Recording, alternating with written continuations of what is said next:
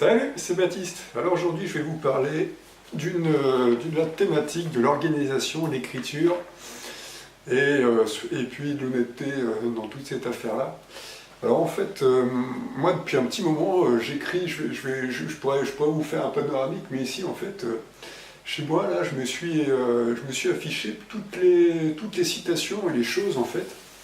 Parce que je lis beaucoup en fait, je lis beaucoup des livres de marketing, je lis beaucoup des livres, voilà, ça peut être, on va dire, la thématique du développement personnel, parce que il y a un peu de tout, en passant par les trucs un peu, comment dire, en passant par du Mathieu Ricard et des choses dans ce genre-là. Et en fait, ici, là, je me suis mis, j'ai toute une multitude de petites affichettes que je me suis mis, et dans lesquelles, en fait, je me suis mis des phrases clés ou des mots-clés qui me sont importants. Et en fait, le but là-dedans, c'est de se plonger dans une atmosphère. C'est comme quelqu'un, par exemple, qui mettrait des posters dans sa chambre, là, quelqu'un, je sais pas, comme une fille qui a 15 ans, puis qui met des posters de son groupe préféré dans sa chambre, parce que hop, ça lui plaît, ça lui crée son atmosphère. Moi, c'est la même chose, sauf que mon poster du jour, c'est plus des citations et des choses qui me plaisent, en fait. Ouais, c'est ça, en fait, c'est des phrases qui me plaisent. Et le but là-dedans, c'est d'écrire, en fait. Ça fait part, ça fait appel au processus de l'écriture. Et le but d'écrire, en fait, ces phrases, ces choses-là, ça a plus de puissance que, par exemple, que juste d'y penser, en fait. C'est comme, encore une fois, se mettre un poster en face ou une belle photo en face des yeux. C'est-à-dire que on croise tous les jours, on voit tous les jours cette photo, ou moi je vois tous les jours mes petits écrits, mes petits écriteaux là, et puis ça m'inspire en fait, je m'auto-inspire, en fait. C'est une citation que je n'ai pas inventée, mais je me les placarde, et comme ça me crée une sorte d'atmosphère, une sorte de QG là, et ça me plaît bien comme ça. Et en fait, ouais, je me suis aperçu que par exemple écrire des choses et tout ça, donc ça a un impact plus important que seulement en parler ou seulement faire des choses. Ça peut être par exemple écrire, c'est aussi le principe, ça fait appel, j'en avais parlé dans une dernière vidéo, du mindset et comment ça s'appelle, du mind mapping. Et ça fait appel aussi, le mind mapping ça marche parce qu'en fait on écrit ses idées, puis on relie les idées entre elles, et puis on décortique comme ça, on fait une pyramide, un organigramme, enfin ce que vous appelez ça comme vous voulez, un arbre des idées. Par exemple, on part d'un projet, puis on se dit, voilà, j'ai tel objectif, et tel objectif, ça a une nécessité de faire cela, qui va nécessiter de faire cela, puis ceci, puis cela, puis ceci, puis cela, puis cela. Puis ensuite, quand vous regardez votre feuille, vous savez, vous avez votre projet qui est allé, donc vous savez à peu près où est-ce que vous allez aller. Mais le but, c'est de les écrire, en fait. Le but, c'est de les noter. Donc, le but, c'est de faire intervenir le visuel. Et donc c'est une méthode d'organisation qui est intéressante, et l'écriture, c'est puissant. Parce que l'écriture, encore une fois, ça vous oblige à l'implication de prendre son stylo, de prendre sa feuille, ou de prendre son ordinateur à la limite pour taper du texte et se faire des mind mapping, par exemple informatique, ou alors de se faire ça par stylo, sur un papier, un stylo à l'ancienne, ça implique.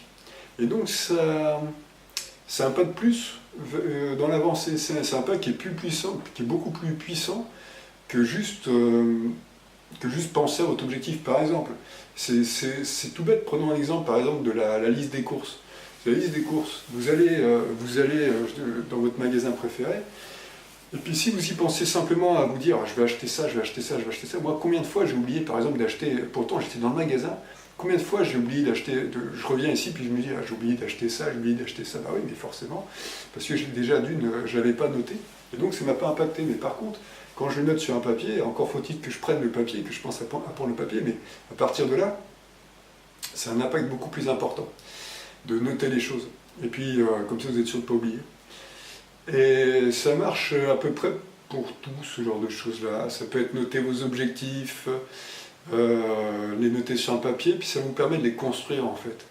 Un peu comme, parce qu'en fait sinon on a tendance à s'éparpiller.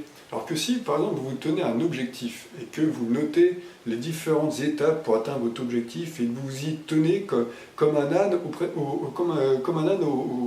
qui est là en train de regarder la carotte, qui est en train de regarder les carottes, quoi.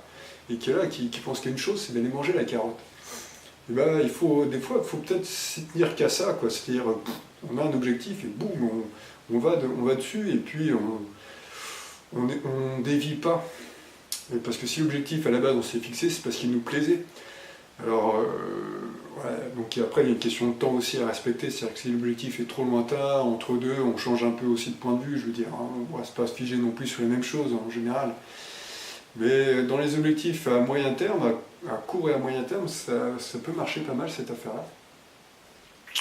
Et donc ça nécessite une petite organisation, et cette organisation-là, le fait d'écrire, en fait, non seulement ça libère l'esprit, c'est-à-dire qu'ensuite on passe à autre chose, c'est comme si en fait on vidait, c'est comme si par exemple vous preniez des photos sur une carte mémoire, et au lieu de laisser ça sur la carte mémoire, que la carte mémoire au bout d'un moment elle est pleine, et puis vous mettez tout ça dans l'ordinateur et vous videz la carte mémoire, puis vous remettez la carte mémoire vide dans l'appareil photo et vous êtes prêt à reprendre des nouvelles photos.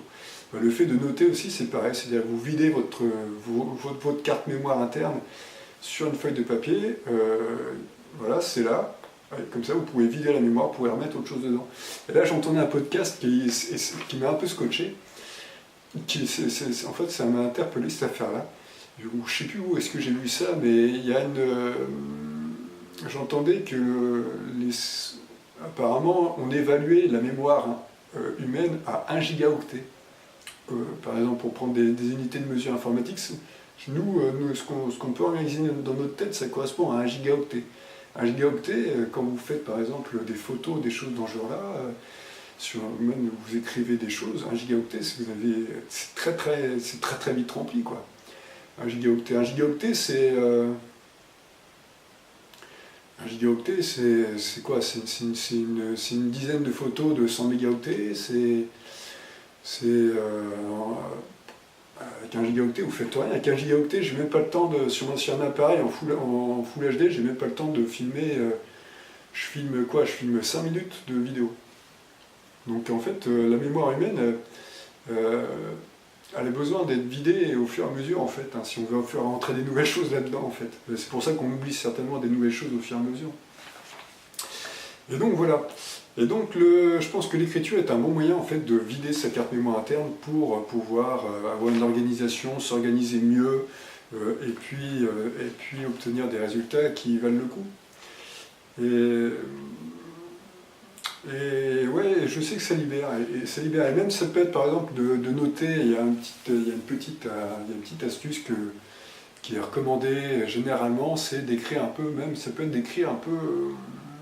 Prendre le temps de vous faire un mini-journal en fait, vous écrivez un peu les choses qui vous parlent, les projets que vous avez, vous mettez tout ça à plat, les sentiments que vous avez, les trucs qui vous embêtent, tout ça, vous mettez tout ça sur un papier, et au fur et à mesure, vous allez voir, ça produit l'effet que ça vous vide le cerveau en fait, et ça vous fait passer à autre chose en fait, ou ça vous libère de la place pour mettre autre chose à la place, ça diminue l'impact qu'on s'est pensé dans votre esprit, le fait de les noter. Et une fois qu'elles sont notées, vous pouvez revenir dessus, regarder. Et encore une fois, ça c'est vraiment c'est un des gros intérêts, par exemple, du mind mapping, c'est ça, quoi. C'est-à-dire qu'une fois que vous avez votre truc en tête, parce que dans la journée, en fait, je crois qu'on a 50 000 pensées tous les jours qui viennent dans l'esprit. Donc 50 000 trucs qui les unes après les autres, comme un singe, qui prend une branche, qui saute branche après branche, et qui saute partout, quoi. Et c'est pour ça d'ailleurs que les bouddhistes, ils prennent souvent l'image du singe qui saute un peu partout pour donner une image de l'esprit en fait, pour représenter l'esprit. Et donc pour eux, la méditation par exemple, ce genre de choses-là, ça calme le singe. C'est-à-dire que le singe, au lieu de passer son temps à sauter dans tous les sens, c'est-à-dire d'avoir des pensées partout, et au fur et à mesure, on a un flux de pensées. Moi, je m'en aperçois au fur et à mesure, par exemple, que je fais de la méditation et que je vous recommande fortement. Ça met au fur et à mesure, moi, ça met une demi-heure, en fait. Au bout d'une demi-heure, au bout d'une bonne demi-heure de méditation, en général, je me perçois qu'en fait, mon esprit est calmé. C'est comme si je classais mes dossiers, en fait. Mais je rentre tous mes papiers, tous mes dossiers, dans des dossiers, toc, et j'empile tout ça là-dedans, pouf, puis je jette ce dont je n'ai plus besoin, puis hop, j'ai les dossiers qui sont là, comme un beau bureau bien propre, que vous arrivez le lundi matin et que tout est propre sur votre bureau, bon, et prenez le dossier, vous placez votre truc, vous avez, voilà. Et ben, la méditation, ça fait le même genre de choses. Donc s'il y a des méthodes d'organisation en fait pour s'organiser l'esprit, pour calmer un peu, pour calmer le singe un peu que vous avez dans la tête, et ça vous permet d'aller d'avoir votre focus en fait, de vous focaliser sur ce qui vous plaît vraiment en fait. Et la méditation, ça aide grandement à ça, ça aide grandement. Ça vous permet d'évacuer plein de choses et de mettre des choses qui vous intéressent plus à la place, ça vous allège en fait. Et donc moi je recommande fortement, l'écriture c'est pareil, c'est le même genre de principe un peu. Et donc ça vous permet d'être organisé et puis de... Voilà, après ça vous permet par exemple d'aller plus rapidement d'un point A vers un point B, sans pour autant aller passer par plein de points. Donc c'est intéressant tout ça. Voilà, bah écoutez, merci d'avoir suivi la vidéo. N'hésitez pas à vous abonner, ça me fait plaisir. Et puis en plus, ça me fait connaître sur YouTube, ça fait connaître la chaîne sur YouTube, ça fait remonter dans les rangs. Abonnez-vous, mettez un pouce bleu, c'est pareil, ça fait monter la chaîne YouTube et ça me fait plaisir. N'hésitez pas à mettre des commentaires en dessous si vous souhaitez qu'on parle un peu. Et puis bah, allez voir sur Facebook aussi si vous voulez causer. Voilà, merci, passez une bonne journée, merci d'avoir suivi, à bientôt, salut.